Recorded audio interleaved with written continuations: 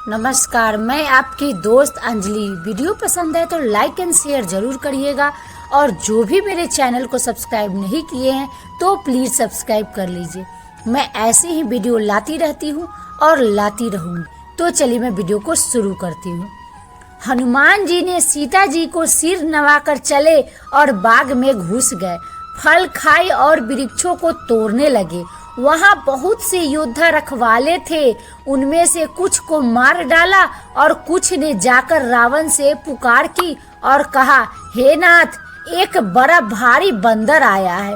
उसने अशोक वाटिका उजाड़ डाली, फल खाए, वृक्षों को उखाड़ डाला और रखवाले को मसल मसल कर जमीन पर डाल दिया। यह सुनकर रावण ने बहुत से योद्धा भेजे। उन्हें देखकर हनुमान जी ने गर्जना की। हनुमान जी ने सब राक्षसों को मार डाला। कुछ जो अधमरे थे चिल्लाते हुए गए। फिर रावण ने अक्षय कुमार को भेजा। वह असंख्य श्रेष्ठ योद्धाओं को साथ लेकर चला। उसे आते देखकर हनुमान जी ने एक वृक्ष लेकर ललकारा और उसे मारकर महाध्वनि से गर्जना की। उन्होंने सेना में से कुछ को मार डाला और कुछ को मसल डाला और कुछ को पकड़ पकड़ कर धूल में मिला दिया। कुछ ने फिर जाकर पुकार की कि हे प्रभु, बंदर बहुत ही बलवान है। पुत्र का वध सुनकर रावण क्रोधित हो उठा और उसने अपने ज्येष्ठ पुत्र बलवान मेघनाद को भेजा। उससे कहा कि हे पुत्र, मारना नहीं, उसे बांध लाना। उस बंदर को देखा जाए कि कहाँ का है। इंद्र को जीतने वाला अतुलनीय योद्धा मेघनाद चला। भाई का मारा जाना सुन उसे क्रोध हो आया। हनुमान जी ने देखा कि अब की भयानक योद्धा आया है, तब वे कट कटाकर गरजे और दौड़े। उन्होंने एक बहुत बड़ा वृक्ष उखाड़ लिया और उसके प्रहार से लंकेश्वर रावण के पुत्र मेघनाद को बिना रथ का कर दिया। रथ को तोड़कर उसे नीचे पटक दिया। उसके साथ जो बड़े बड़े योद्धा थे उनको पकड़ पकड़ कर हनुमान जी अपने शरीर से मसलने लगे।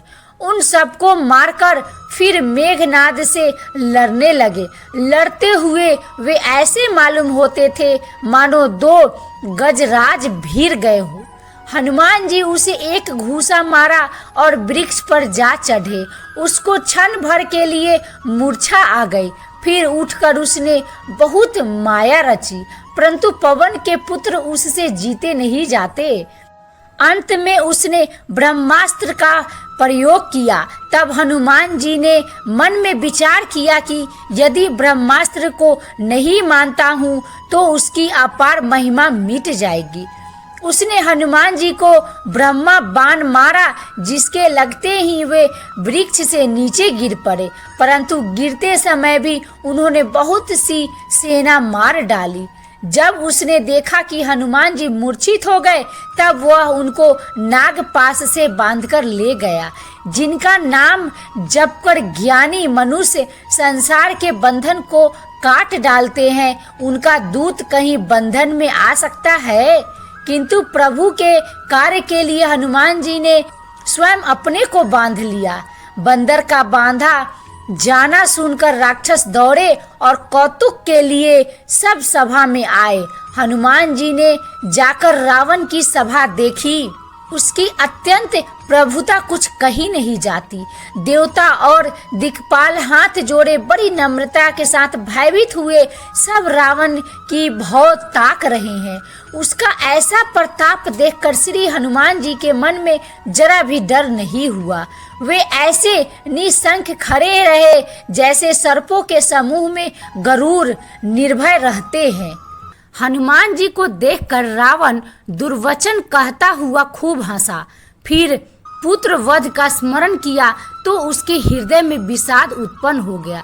लंकापति रावण ने कहा, रे वानर, तू कौन है? किसके बल पर तूने वन को उजाड़ कर नष्ट कर डाला? क्या तूने कभी मेरा नाम और यश कानों से नहीं सुना? रे सठ, मैं तुझे अत्यंत निशंक देख रहा हूँ। तूने किस अपराध से राक्षसों को मारा? रे मूर्ख, बता, क्या तुझे प्राण जाने का भय नहीं है?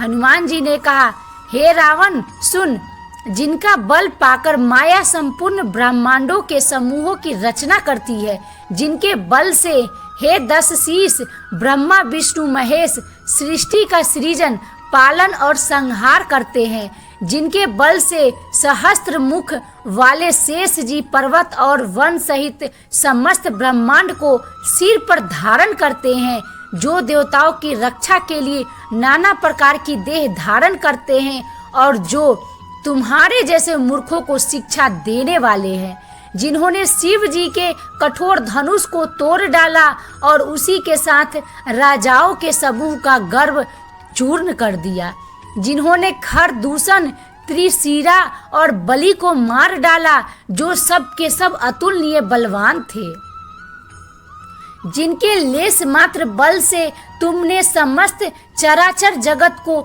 जीत लिया और जिनकी प्रिय पत्नी को तुम हर लाए हो। मैं उन्हीं का दूत हूँ। मैं तुम्हारी प्रभुता को खूब जानता हूँ। सहस्त्र बाहु से तुम्हारी लड़ाई हुई थी और बाली से युद्ध करके तुमने यश प्राप्त किया था। हनुमान जी के वचन सुनकर रावण ने हंसकर बात टाल दी। हे राक्षसों के स्वामी, मुझे भूख लगी थी, इसीलिए मैंने फल खाए और वानर स्वभाव के कारण वृक्ष तोड़े। हे निशाचरों के मालिक, देह सबको परम प्रिय है। कुमार्ग पर चलने वाले राक्षस जब मुझे मारने लगे, तब जिन्होंने मुझे मारा उनको मैंने भी मारा। उस पर तुम्हारे पुत्र ने मुझको बांध लिया, किंतु मुझे अपने बांधे जाने की कुछ भी लज्जा नहीं है। मैं तो अपने प्रभु का कार्य करना चाहता हूँ। हे रावण, मैं हाथ जोड़कर तुमसे विनती करता हूँ कि तुम अभिमान छोड़कर मेरी सीख सुनो।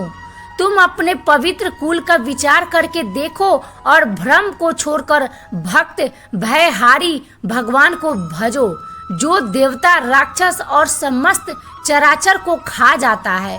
वह काल भी जिनके डर से अत्यंत डरता है।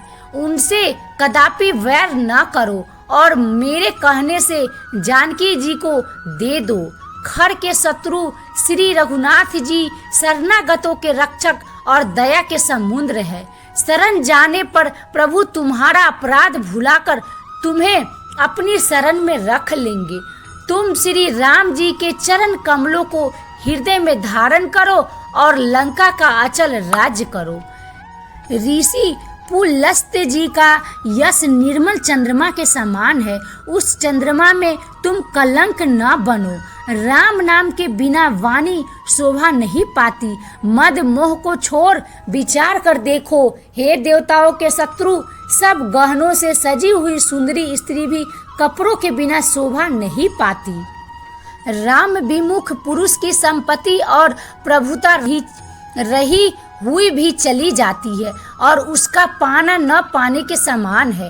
जिन नदियों के मूल में कोई जल स्रोत नहीं है, वे वर्षा बीत जाने पर भी तुरंत ही सूख जाती है। हे रावण सुनो, मैं प्रतिज्ञा करके कहता हूँ कि राम विमुख की रक्षा करने वाला कोई भी नहीं है। हजारों शंकर विष्णु और ब्रह्मा भी श्री राम जी के साथ द्रोह करने वाले तुमको नहीं बचा सकते। मोह ही जिनका मूल है, ऐसे बहुत पीड़ा देने वाले तम रूप अभिमान का त्याग कर दो और रघुकुल के स्वामी कृपा के समुद्र भगवान श्री रामचंद्र जी का भजन करो। आई होप वीडियो पसंद आई होगी। पसंद आए तो ज़्यादा से ज़्यादा शेयर करें और कमेंट करें। तब तक के लिए खुश रहिए, खुशियाँ बांटते रहिए। राम जी आप सबका भला करेंगे।